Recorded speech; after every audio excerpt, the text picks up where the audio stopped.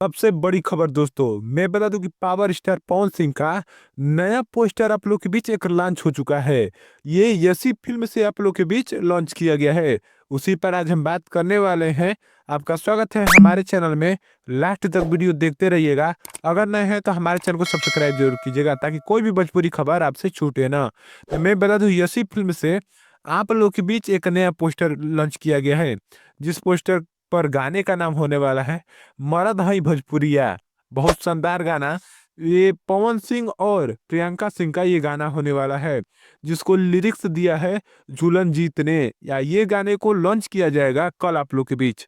21 तारीख को इस पर डेट दिया गया है कि 21 तारीख को इस गाने को लॉन्च किया जाएगा।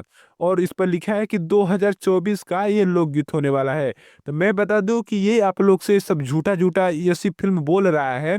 ये भी एक पुराना फिल्म का गाना होने वाला है। कोई पुराना फिल्म है पवन सिंह की, उसी का ये गाना होने वाला है।